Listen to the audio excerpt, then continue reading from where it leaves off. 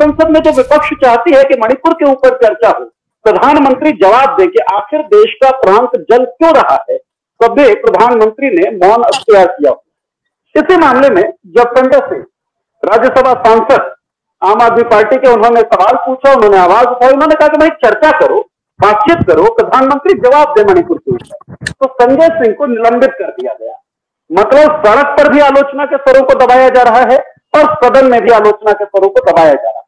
आखिर ये लोकतंत्र किस दिशा में जा रहा है? यहाँ सांसद सस्पेंड हुए हैं या फिर लोकतंत्र सस्पेंड हो गया? तो इस बारे में बातचीत करेंगे। मयंक सक्सेना हमारे कंसल्टिंग एडिटर हमारे साथ है और संजय सिंह राज्यसभा सांसद। संजय जी, आपके पास मैं सबसे पहले आना चाहता हूं और यही सवाल जो मैंने अपनी भूमिका में भी बात की कि सांसद संजय सिंह सस्पेंड हुए, तंत्र को सस्पेंड करने की कवायद चल रही है, क्या आपको लगता है क्यों इस तरह के कदम भारतीय जनता पार्टी उठा रही है?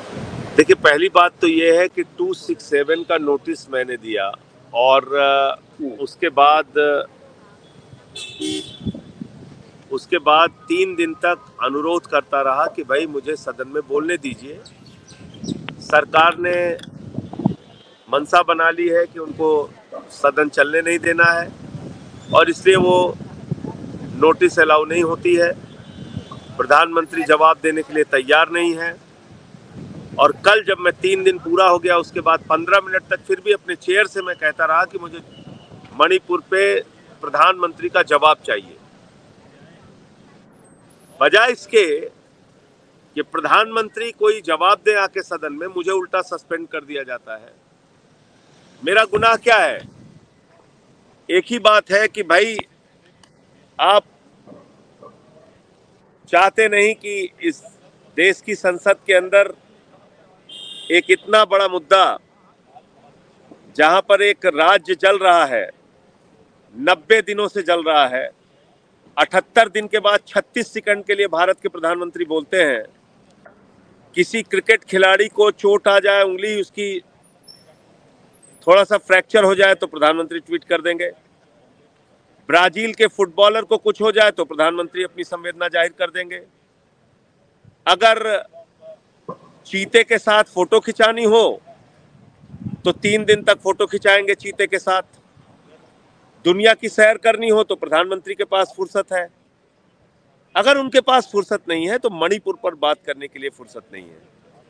ये कैसे संवेदनहीन प्रधानमंत्री है? ये क्या संदेश देना चाहते हैं दुनिया को? आप मुझे बताइए। वहां पे चर्च जलाए जा रहे हैं, मंदिर तोड़े जा रहे हैं, वहां महिलाओं को नंगा करके घुमाया जा रहा है, उनके साथ गैंग रेप किया जा रहा है, तो जवाब कौन देगा इस पे? और जो अभी 3 दिन पहले कारगिल के योद्धा का बयान जो आया, वो कह रहा है कि भाई हमने देश की तो रक्षा की, कारगिल के युद्ध में तो शामिल हुआ, लेकिन अपनी पत्नी की रक्षा नहीं कर पाया। क्या 140 करोड़ हिंदुस्तानियों के लिए ये शर्म की बात नहीं है? क्या भारत की सेना और भारत के प्रधानमंत्री के लिए शर्म की बात नहीं है? जो रिटायर्ड सूबेदार ये कह रहा है कि हमने कारगिल युद्ध में हिस्सा लिया, मेरी पत्नी को नंगा करके परेड कराया गया, कौन इसके लिए जिम्मेदार है, कौन जवाब देगा? तो मैंने तो एक सिंपल सी एक डिमांड रखी कि भाई प्रधानमंत्री इस पे जवाब दें, इस पे चर्चा कराया जाए। उसके लिए तैयार नहीं है मोदी जी और उनकी पार्टी, तो सस्पेंड कर दिया, उससे कोई फर्क नहीं पड़ता। मैं बाहर बैठकर भी जनता की आवाज़ उठा रहा हूँ, मणिपुर की आवाज़ उठा रहा हूँ, यहाँ धरने पर बैठा हूँ। और जो टीम इंडिया है, 26 राजनीतिक दलों का इंडिया जो बना हुआ है, वो सारे दल बीच बीच में यहाँ पे आते हैं इस समर्थन में। संजय जी, मेरा सवाल आपसे ये है कि जब नया सत्र, जब भी कोई सत्र शुरू होता है तो उसके पहले सर्वदलीय बैठक होती है, तो क्या सर्वदलीय बैठक में भी आप लोगों ने, जब बुलाया गया होगा मानसून सत्र के लिए, तो आप लोगों ने ये बात तो उठाई होगी कि हम मणिपुर पे चर्चा चाहते हैं, नहीं चाहते हैं? क्या इस बारे में सरकार से कोई बात नहीं है? बहुत अच्छा सवाल किया आपने। सर्वदलीय बैठक के पहले तो एक बैठक गृह मंत्री जी के साथ हुई थी, मणिपुर पे ही हुई थी, और उस बैठक में हम आज तो कह रहे हैं गृह मंत्री जी हम जवाब दे देंगे। क्या जवाब देंगे वो? राजनीतिक दलों ने ये नहीं कहा था कि मुख्यमंत्री का इस्तीफा लो? क्या सबने ये नहीं कहा था कि मुआवजा दो? क्या सबने ये नहीं कहा था कि आप सुप्रीम कोर्ट मॉनिटर्ड इंक्वायरी कराइए? क्या बात सुनी गई विपक्षी दलों की, बताइए आप मुझे। अब कह रहे हैं कि गृह मंत्री जी जवाब दे देंगे। अरे भाई, गृह मंत्री के सामने जो हमने मामला उठाया था उस पर तो कुछ किया नहीं उन्होंने। इसलिए हम कह रहे हैं कि प्रधानमंत्री जी आए और सदन में इसका, और मैं तो ये हैरान हूं कि प्रधानमंत्री बोलना क्यों नहीं चाहते। फिर यहां मेरी बात सच होती है कि जब मैं ये कहता हूं कि साहब ये सरकार प्रायोजित हिंसा है, ये बीजेपी के द्वारा प्रायोजित हिंसा है, वो बात सच साबित होती है। इसीलिए मोदी जी भाग रहे हैं, क्योंकि उनको ऐसे सवालों का जवाब देना पड़ेगा। उनका एक निकम्मा मुख्यमंत्री है, वो कह रहा है भाई आप ये महिलाओं को नंगा परेड कराने पे क्यों हैरान है, ऐसे तो सैकड़ों घटनाएं हो रही हैं यहाँ पे। उसके बावजूद भी वो मुख्यमंत्री बना हुआ है वहां पे। अब आप सोचिए, एक बॉर्डर स्टेट में 90 दिन से हिंसा चल रही है, प्रधानमंत्री पूरी दुनिया की सैर कर रहे हैं और उनको मणिपुर जाने की फुर्सत नहीं, मणिपुर पे बोलने की फुर्सत नहीं। 78 दिन के बाद 36 सेकंड के लिए वो बोलते हैं। तो ये सबसे हैरान करने वाली बात है। संजय जी, कुछ दिनों पहले राहुल गांधी ने सदन में बोला था कि जिस तरह की नीति के साथ भारतीय जनता पार्टी की सरकार चल रही है, तो उस तरीके से लोग डेमोक्रेसी में और जो देश है उसके अंदर बहुत सारी डिस्टर्बेंसेस होंगी। और राहुल गांधी ने यह भी इंगित किया था कि नॉर्थ ईस्ट में इस तरह की डिस्टर्बेंस शुरू हो चुकी है। उसके बाद मणिपुर की यह घटना सामने आती है, मिजोरम में भी ये जो लपटें हैं वो फैल रही हैं। तो आपको लगता है ये संयोग है, प्रयोग है, क्या चल क्या रहा है आखिर? देखिए, नफरत की राजनीति में मजा बहुत आता है। जैसे आपको कहा जाए कि साहब जिस हिंदू का खून न खौला, तो सुनने में अच्छा लगता है, थोड़ा मजा आता है कि हाँ हाँ ठीक है, बहुत बढ़िया है, खून खौलना चाहिए हमारा। कोई कहे कि जिस मुस्लिम का खून न खौला, तो ये सब ऐसे नारे दे के भड़का के इसमें मजा बहुत आता है। लेकिन मैं बहुत जिम्मेदारी से इस बात को कहना चाहता हूँ कि नफरत की जो राजनीति है वो आपके घर को भी बर्बाद करती है। कोई बचता नहीं है उस आग से। यही काम इन लोगों ने बहुत ही सुनियोजित ढंग से मणिपुर में किया है। आप इसकी हिस्ट्री निकाल के देखिएगा, पूछिएगा तो पता चलेगा। ये मैं बार बार आपको कह रहा हूँ कि सरकार प्रायोजित हिंसा है, ये बीजेपी के द्वारा प्रायोजित हिंसा है और ये इनकी नफरत की राजनीति का नतीजा है। ये इस देश को बांटना चाहते हैं। ये जब तक इस देश में रहेंगे, दंगा रहेगा, फसाद रहेगा, नफरत रहेगी, ये शांति चाहते नहीं, देश की तरक्की नहीं चाहते।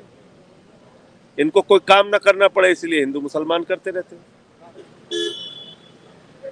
संजय जी, देखिए सस्पेंशन हुआ है और यही परिस्थितियां पहले भी किसान आंदोलन, किसान जो कृषि बिल आए थे 3 प्रस्तावित जो संशोधन थे उसमें, तब भी लगभग ऐसी स्थिति हुई थी।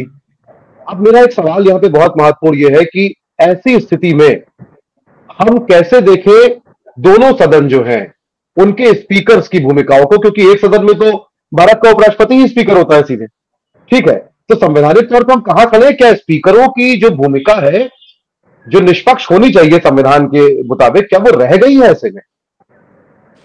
अच्छा देखिए, मुझे अब तक 4 बार सस्पेंड किया है इन लोगों ने, और कभी मैंने अपने प्लाट की लड़ाई नहीं लड़ी, अपनी कोई व्यक्तिगत लड़ाई नहीं लड़ी। किसान आंदोलन में मेरे ऊपर बहुत आरोप लगा, संजय सिंह ने माइक तोड़ दिया, ये किया वो किया। हम क्या कह रहे थे? हम कह रहे थे भाई ये काला कानून मत लाओ, देश के किसान बर्बाद हो जाएंगे।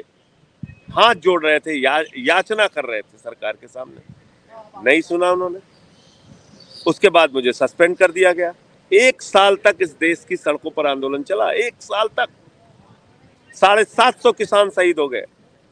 और बाद में प्रधानमंत्री जी आए, उन्होंने कहा गलती हो गई। तो 1 साल पहले हमारी बात मान लेते, मुझे क्यों सस्पेंड किया? इसका मतलब सरकार गलत थी, हम सही थे। अभी ये जो मामला है इसमें हम क्या कह रहे हैं? हम कह रहे हैं भाई मणिपुर पे चर्चा कराओ, आपने उठा के सस्पेंड कर दिया। तो ये जो एक तानाशाही का रवैया है और ये जो आपका ढोंग है घड़ियाली आंसू वाला, कोरोना में लाखों लोग मर जाएंगे, आप बंगाल की रैली करेंगे, उसके बाद आएंगे, आंसू बहाएंगे, कष्ट है, पीड़ा है, दुख है। नोटबंदी में सैकड़ों लोग मर जाएंगे, जापान में जाके आप ताली बजाएंगे, कहेंगे माँ मर गई, पैसा नहीं है, बेटी की शादी है, पैसा नहीं है, हा हा हा हा। उसके बाद आके कहेंगे कि गलती हो गई, पीड़ा है, दुख है। तो ये गला रोंधा करके चेहरा बना के रोने धोने वाला, ये कब तक नौटंकी चलेगी भाई? कब तक ये और देश संजय जी, ये नौटंकी बर्दाश्त करेगा? संजय कब जी, तक ये इस सब आदमी बातें को तो हम लोग बर्दाश्त करेंगे? ऐसी नौटंकियों को हम लोग बर्दाश्त करेंगे? सवाल ये है। संजय जी, यहाँ पे सवाल सवाल मेरा ये भी था कि आपने कहा सरकार और सस्पेंशन, तो क्या जो स्पीकर हैं, सभापति हैं, वो सरकार के व्यक्ति की तरह काम कर रहे हैं निष्पक्ष होने की जगह? ये बहुत महत्वपूर्ण सवाल है, क्योंकि डेमोक्रेटिक एक पार्लियामेंट्री डेमोक्रेसी में ये तो बहुत घातक स्थिति है ना, अगर ये हो रहा है तो। मुझे लगता है मेरा उस पर टिप्पणी करना ठीक नहीं है, क्योंकि जी आमतौर पे ये परंपरा रही है कि चेयर के बारे में हम लोग कोई टिप्पणी नहीं करते। जी लेकिन वास्तविकता तो यही है कि सरकार की अगर मर्जी होती है तो सदन में बहस हो जाती है, मर्जी नहीं होती है तो जवाब नहीं मिलता है। तो मूल रूप से तो सरकार ही जिम्मेदार होती है, संजय बाकी जी, तो हाँ लेकिन जी। बहाने तो संसदीय कार्य मंत्री भी आएंगे और वो नियमों का ही देंगे। तो जो जो तो संसदीय नियम तो कार्रवाई के मैं भी कह नियम है, रहा हूँ रूल आपसे बुक। ना भाई, जी रूल बुक की ही बात मैं कर रहा हूँ। 267 ये पार्लियामेंट का ही रूल है, राज्यसभा का, और उसमें हम चर्चा की मांग कर रहे हैं। तो उस कानून में चर्चा की मांग से सरकार क्यों भाग रही है? तो हम भी तो नियम की ही बात कर रहे हैं। हम कौन से नियम की बाहर की बात कर रहे हैं? 27 नोटिस कल दी गई थी, नोटिस एक्सेप्ट नहीं की गई। 27 नोटिस, आप मुझे बताइए। जी जी जी तो इसलिए मुझे संजय लगता है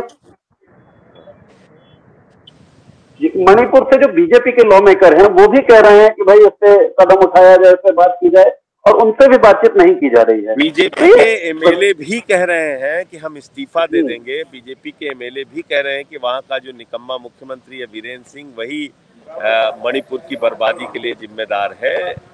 लेकिन वहां तो डबल इंजन की सरकार है ना, एक मोदी जी वाला इंजन, एक वीरेंद्र सिंह वाला इंजन। दोनों इंजन फेल हो चुका है, मैं ये कहना चाहता हूँ। डबल इंजन की सरकार जो ये फेल हुई है, जो आप कह रहे हैं, ये इनकेपेबिलिटी है, अक्षमता है, या फिर कोई सोची समझी साजिश है? और अगर सोची समझी साजिश है तो क्या इसके मूल में क्या है? इसकी मंजिल कहाँ देख रही है बीजेपी या नरेंद्र मोदी? देखिए, नफरत परोसने वाले लोग उनके राज्यों में या जहां उनको मौका मिलेगा, आपको हिंसा, दंगा, नफरत, बंटवारा ही देखने को मिलेगा। इसलिए इस देश के लोगों को अब सोचना पड़ेगा कि क्या ऐसे लोगों के हाथ में देश सुरक्षित है, मणिपुर सुरक्षित है, भारतवर्ष सुरक्षित है? ये सोचना पड़ेगा। बड़ा सवाल ये है। संजय जी, एक अंतिम टिप्पणी मैं अपनी ओर से। जी नीरज नीरज नीरज मैं 2 कमेंट्स आए भारतीय जनता पार्टी की तरफ से, उन कमेंट्स पे आपका कमेंट मैं जरूर चाहूंगा। मनोज तिवारी आपके कलीग हैं, सांसद हैं, उन्होंने कहा कि ये बेशर्म नामर्द सांसद जो है, इस तरह का शब्द उन्होंने प्रयोग किया था, ये आए और मैं उनको सारा जवाब देता हूं।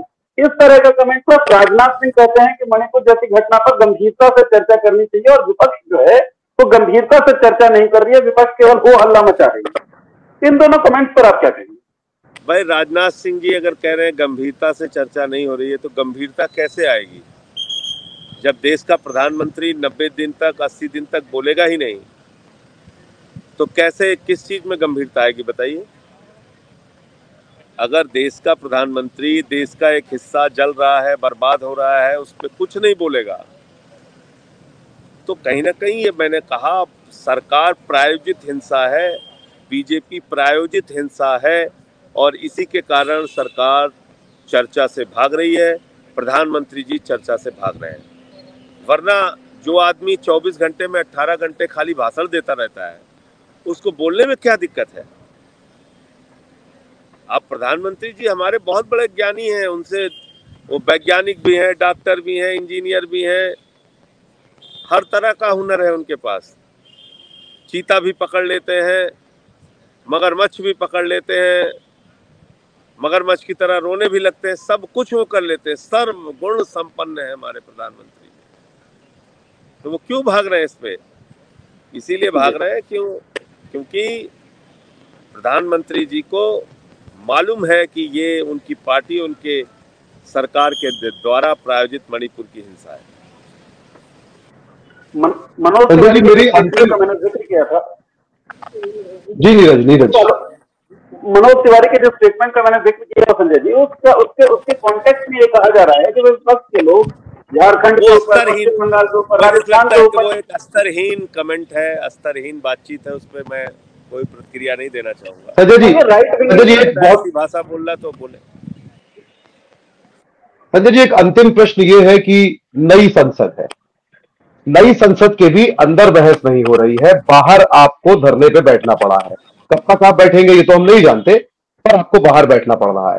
क्या नहीं लगता है कि अब जैसा कि लोहिया ने कहा भी था कि सड़कें जब वीरान होती है तो संसद जो है आवारा हो जाती है, क्या हम अंततः वहीं आकर खड़े हो गए हैं जहां संसदीय व्यवस्था में अंदर सदन की व्यवस्था फेल हो रही है और सड़क पर आंदोलन से ही कुछ निकलेगा, क्योंकि सदन में तो सवाल जवाब हो ही नहीं पा रहे हैं। तो इस व्यवस्था के मायने क्या रह गए इस देश के लिए?